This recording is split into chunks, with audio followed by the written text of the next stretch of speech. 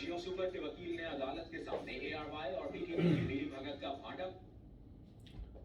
अस्सलामु अलैकुम दोस्तों, कैसे हो? खैरियत है? ठीक ठाक है?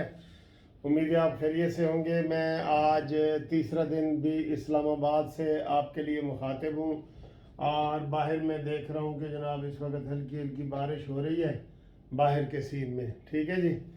और मुझे पता चला है कि लाहौर में भी हल्की हल्की बारिश है और कल जो है ना और ज़्यादा बारिश का बता रहे हैं कि जी लाहौर पाकिस्तान के सारे तकरीबन बड़े शहरों का बता रहे हैं कि वहाँ बारिश होगी और ये सारा कुछ होगा।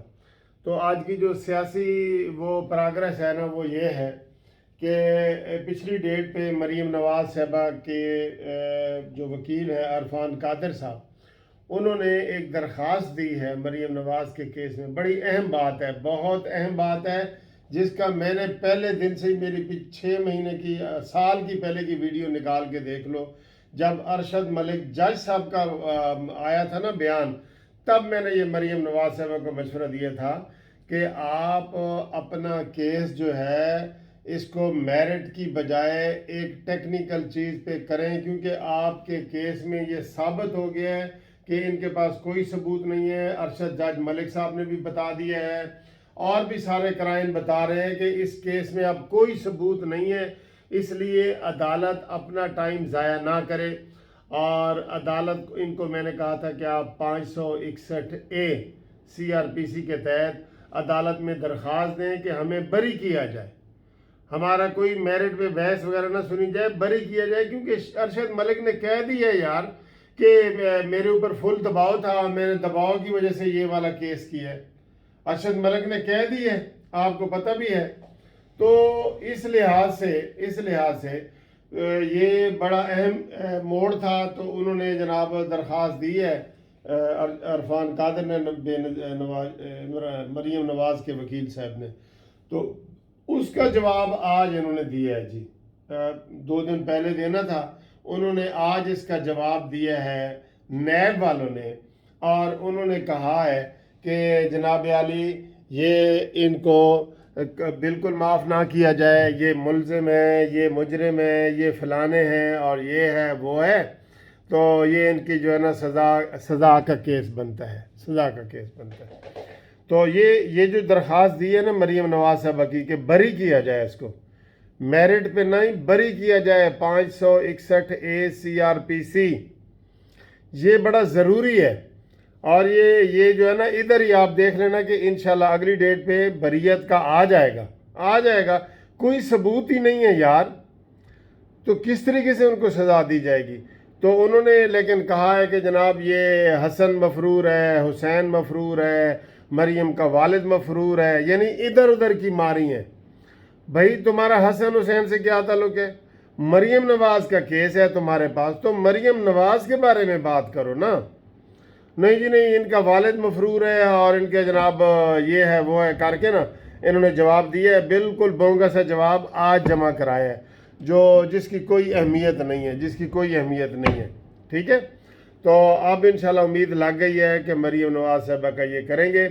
अलबत्ता मरीम औरंगज़ेब ने इसके ऊपर बयान के ऊपर बड़ा तफसीली बयान जारी किया है कि अब ये कोरोना के पीछे छुप रहे हैं और इतने अरसा इन्होंने जवाब नहीं दिया। इनके वकील नैब के वकील को कोरोना हो गया था और ये है वो है।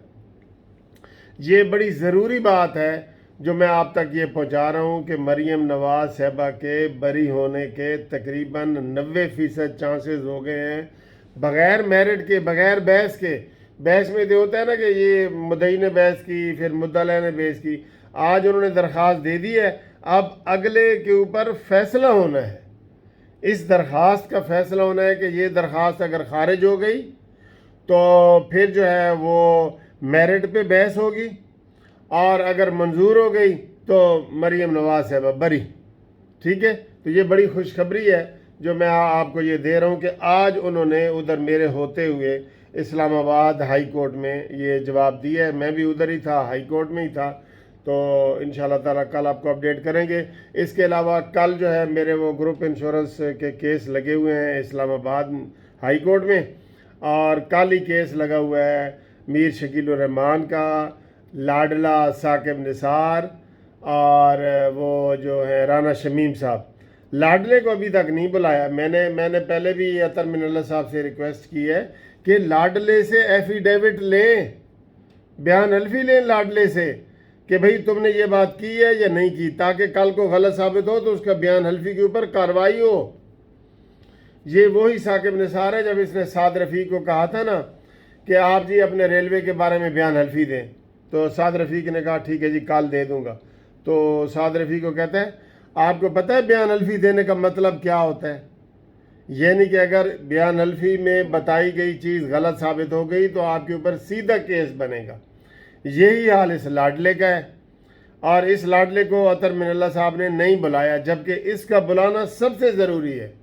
وہ آ کے کہہ دے، بیان حلفی دے کہ بھئی جو یہ رانا شمیم نے بیان حلفی دیا ہے اس سے میرا کوئی تعلق نہیں۔ رانا شمیم نے کہا جی کہ میں ایک ایک چیز اور بتاؤں گا۔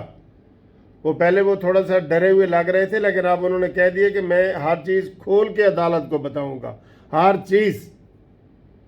تو کل بڑا اہم وہ کیس لگا ہوا ہے یہ بھی، اور مریم نواز صاحبہ کا میں نے آپ کو بتا دیا ہے۔